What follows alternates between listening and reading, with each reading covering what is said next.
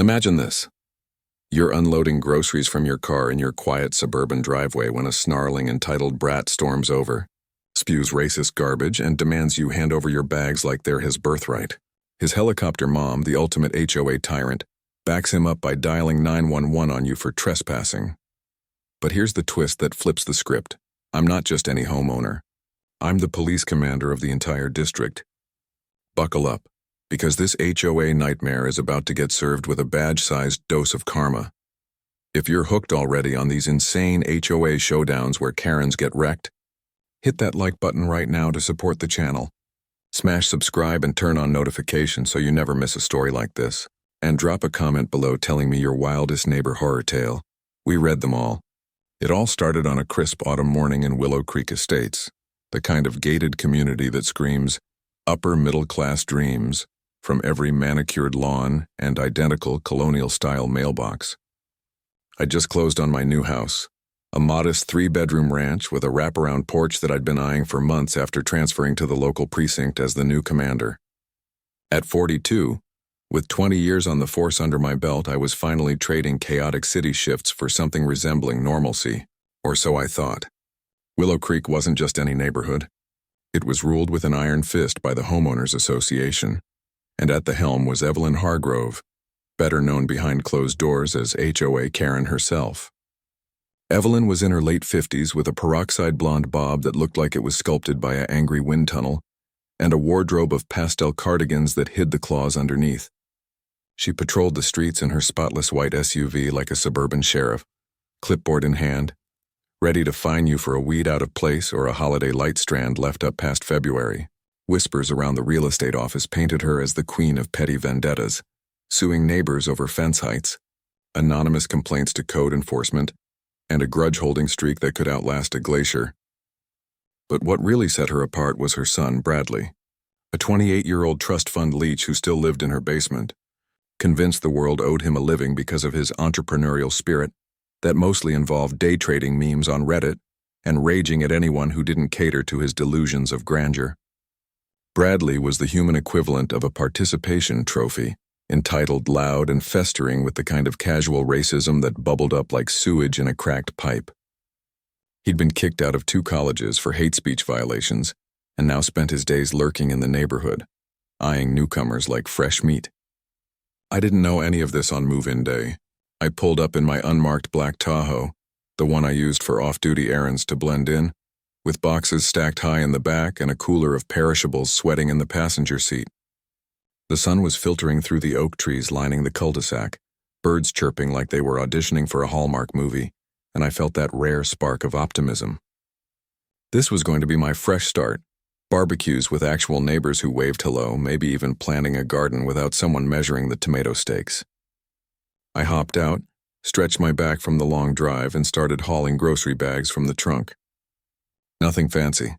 A couple of ribeyes for the grill, fresh produce from the farmer's market, some craft beers to christen the fridge.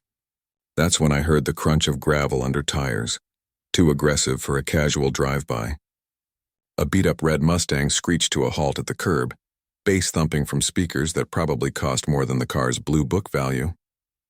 The door flew open and out tumbled Bradley Hargrove, all 6 feet of unkempt flannel and faded cargo shorts, his face twisted in a scowl that suggested he'd just bitten into a lemon wrapped in barbed wire. He slammed the door hard enough to rattle the windows and marched straight for me, eyes locked on my bags like a hyena spotting a limping gazelle. "Hey, you," he barked, voice carrying that fake tough drawl kids like him pick up from too many action flicks.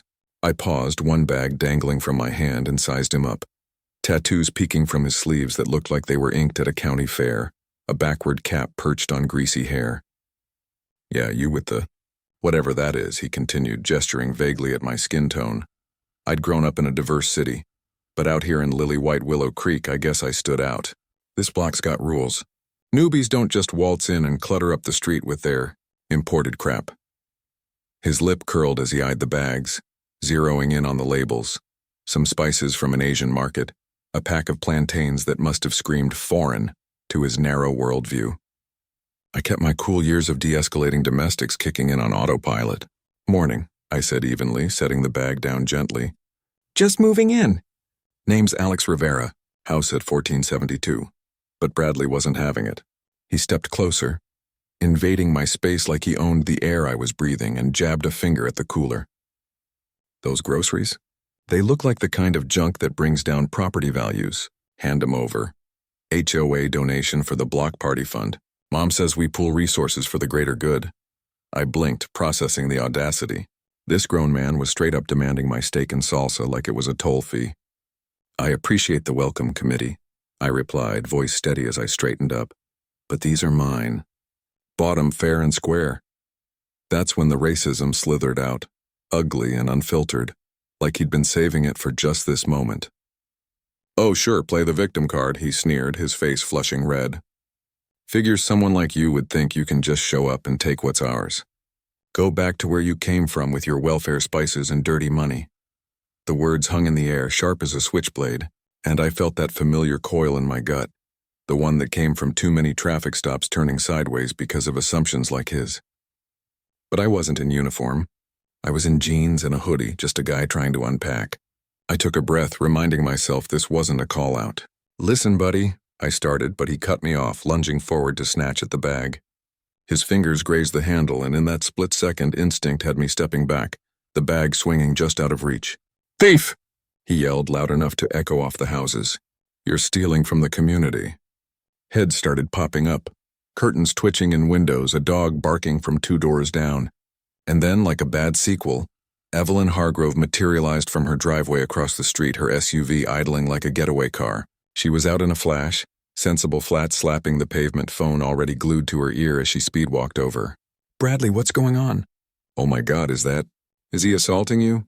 Her eyes widened in feigned horror as she took in the scene, zeroing in on me like I was the villain in her personal soap opera.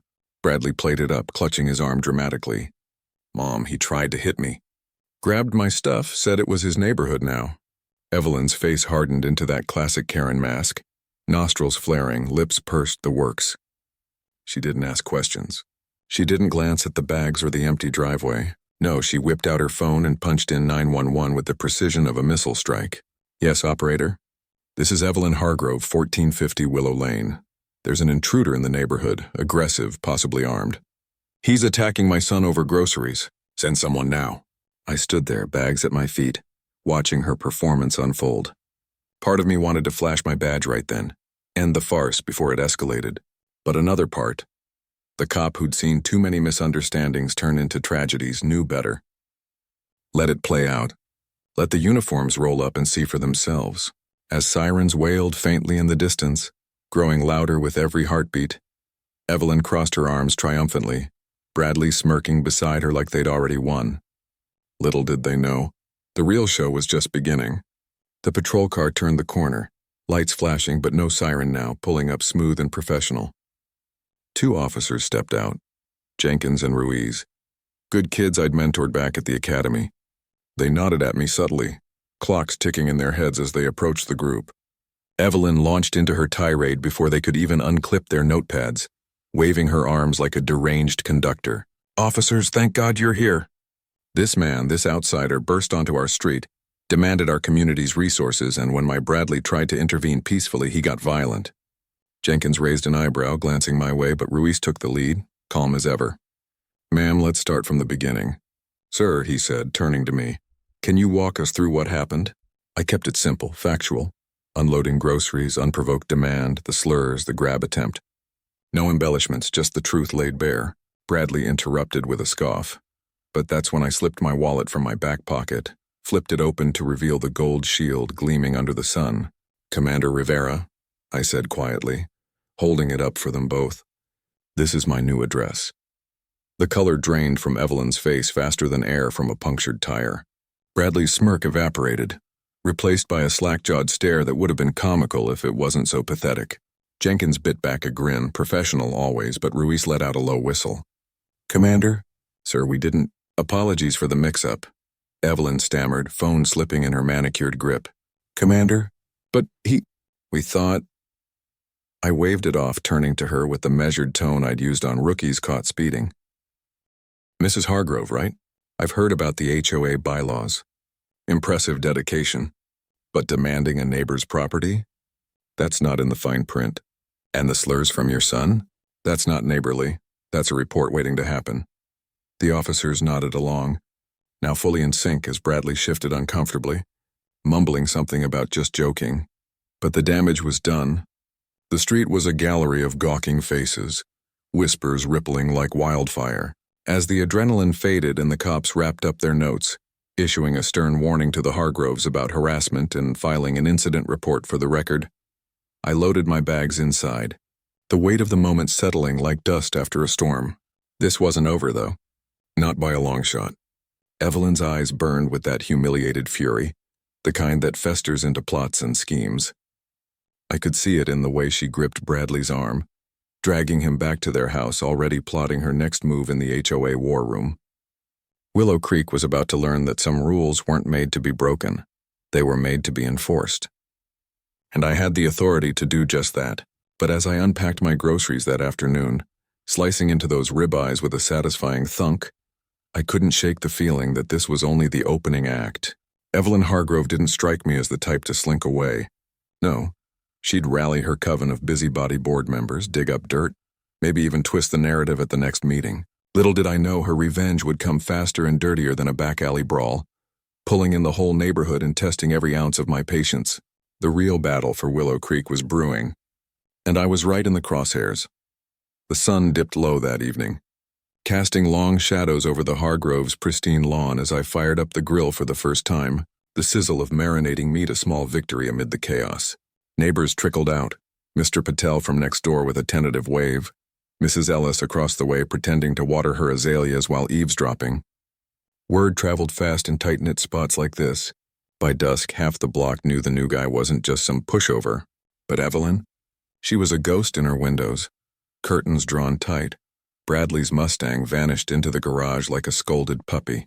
I savored my steak under the porch light, beer in hand, replaying the day's absurdity. 20 years chasing down armed robbers, negotiating hostage standoffs, and here I was, bested by a grocery grab gone wrong. It almost made me chuckle, because deep down I knew the Hargroves type. Wounded pride was their kryptonite, and they'd lash out until someone clipped their wings. Sure enough, by morning, the first salvo landed in my inbox. A curt email from the HOA board. "Seed to every resident," subject line.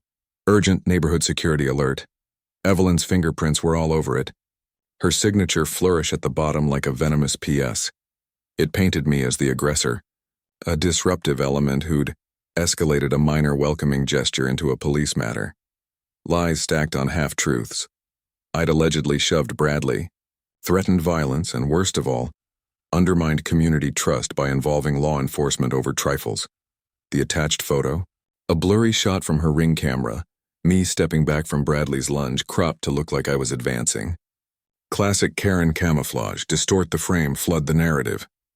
Comments poured in below the email chain. "Sounds fishy," from Patel.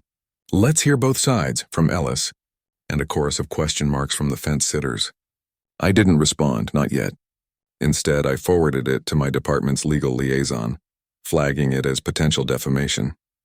But Evelyn wasn't done. By noon, her white SUV prowled the loop, stopping at every driveway for informal chats.